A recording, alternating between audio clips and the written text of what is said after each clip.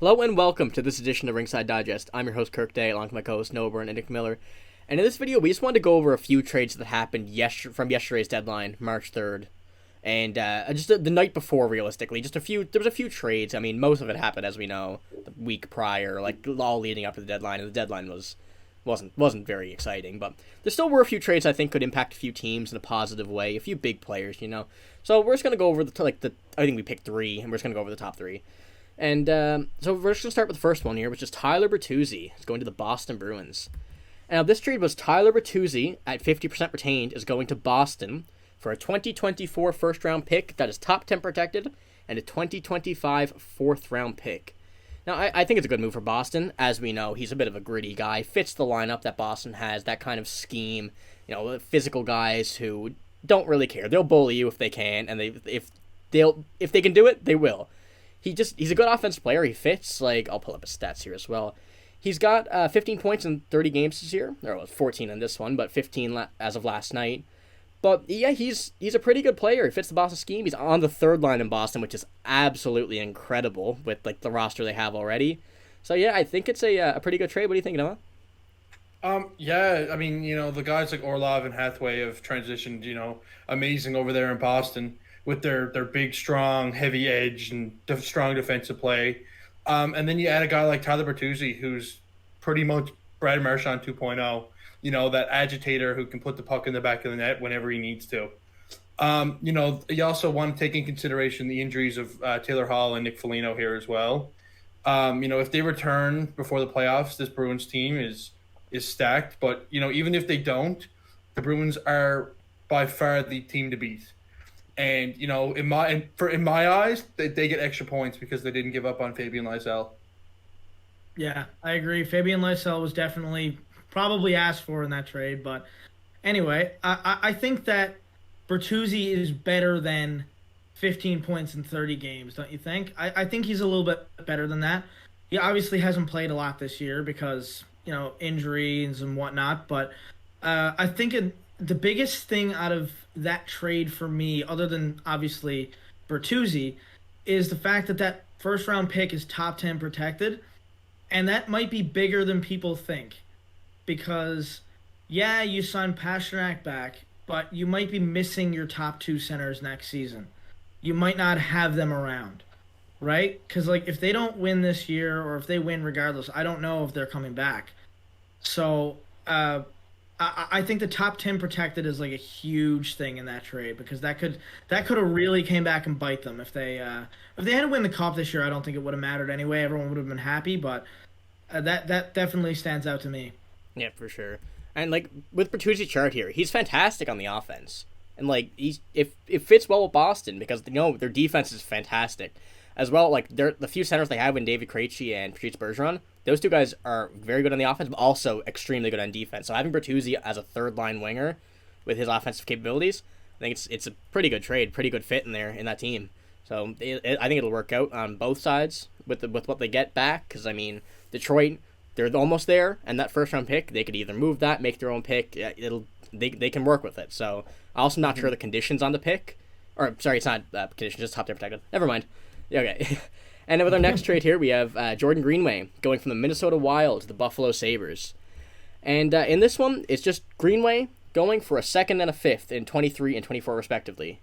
And I'd like this trade. I mean, as a Minnesota fan, seeing Greenway, he hasn't played this fantastic this year. He has 7 points in 45 games. He's having a bit of a down season. As well, with injuries, though, I mean, it happens. But him going to Buffalo, I like the deal because it gives him a chance to really renew his season, give him a fresh start. I hope he does play well there, which I think he will.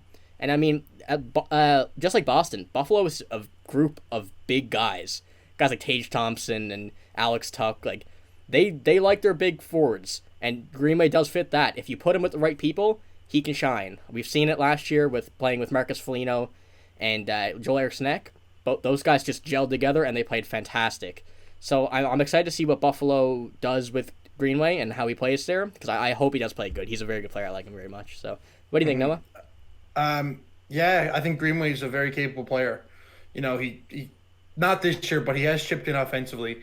And if you just watch him, he causes major issues for most defensemen. I mean, look at the guy. If you've ever watched the game, the guy is huge. Like I think he's 6'6", Yeah. upwards of 220.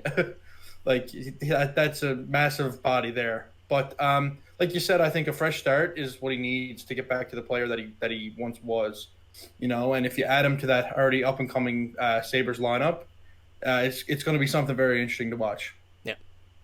Yeah, I definitely agree. Like a fresh start was obviously needed there for Minnesota because he's definitely a better player than what maybe his chart or his numbers are saying this year points wise.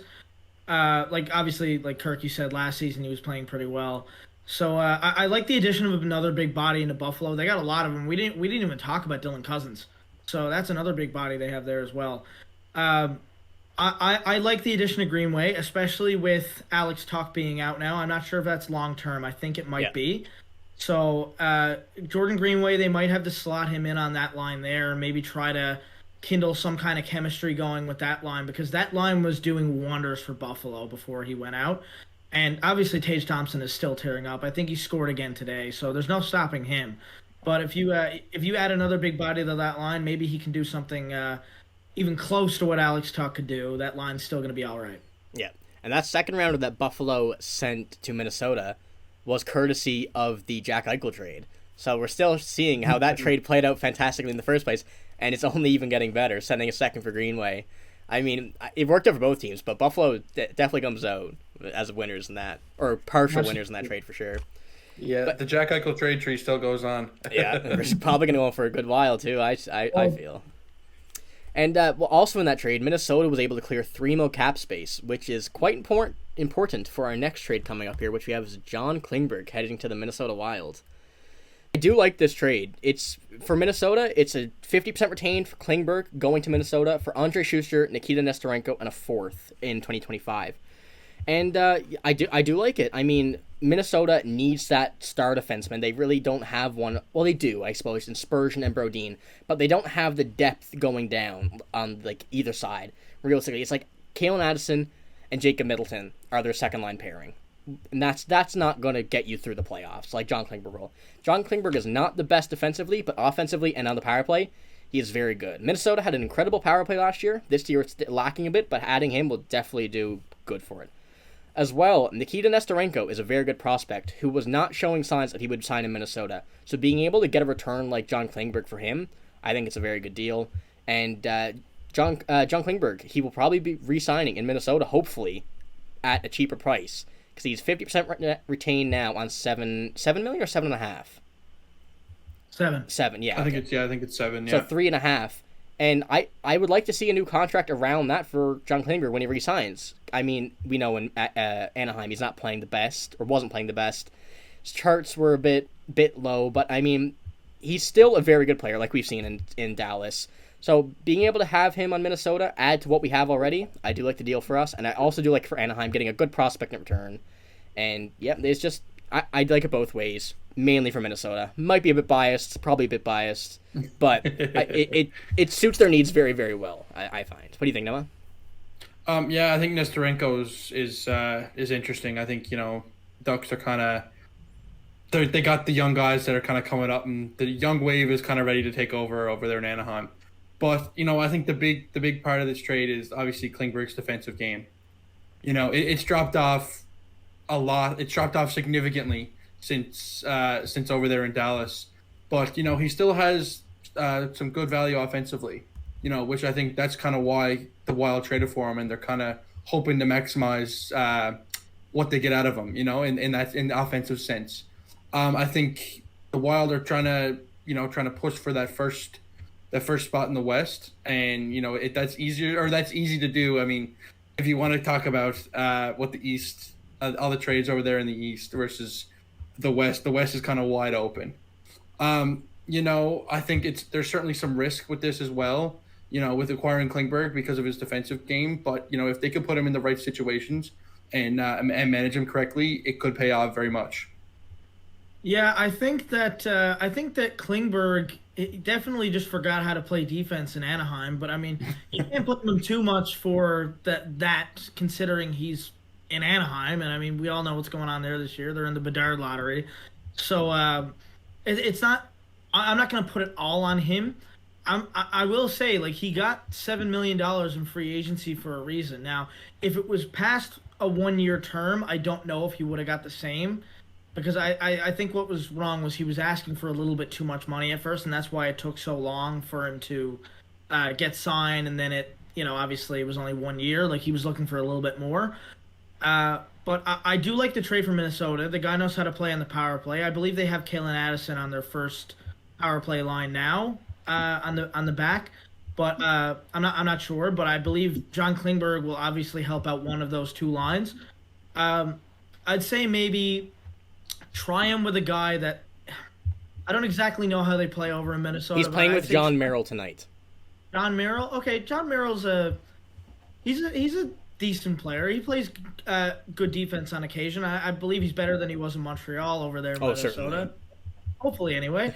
But I do like the trade both ways, considering they were about to lose out. Like, they were 2 minutes away from losing out on trading the guy they brought in to just trade in Anaheim. They brought him in for that specific reason, because I think they knew they weren't going to do much this season. So I do like the fact that they got him out at least, and the return could end up being very, very, very going very well for Anaheim, considering that the prospect they got in Nesterenko. He's a very good player. It's just he didn't seem like he was going to sign back in Minnesota, like you said. So I mean, like, getting that for a guy that he's a rental. I mean that's a great trade for both sides, I think. Yeah, it's unfortunate that he's not going to sign in Minnesota. I really did like him. He looked promising, but I'm happy we did at least get a return for him instead of just letting him walk. Like, we sent Jack McBain to Arizona. I mean, we didn't get much from that. But knowing in advance that he won't sign I'm a fan of it. I mean, at least he showed that he's probably not going to do it. We got a good return out of it, something that will definitely help the Minnesota Wild in the playoffs. So I mean, it's good. And like, he had 24 points in 50 games this season for Anaheim. On Anaheim, that is not bad at all. No. I'm not sure about how many of those were on the power play or whatnot, but having that's promising for Minnesota on a defense that does need a bit more depth. And what they got from this trade, they certainly got that of what they needed. Mm-hmm. It's a good piece to add to a playoff team. Yeah, for sure. That's all we have for this video, guys. Now we're going to be doing a winners and losers video. That's going to be our next video. So if you want to see that, make sure to subscribe. That'll probably be coming tomorrow, I would say. So if you want to see that, make sure to subscribe. We're going to be having content all throughout the year. Now that the trade deadline's done, we're going to be going towards the playoffs and then free agency, whatnot, the draft. So it's going to be very exciting for what we're going to have coming up. So if you want to see it, make sure to subscribe, and thank you for watching.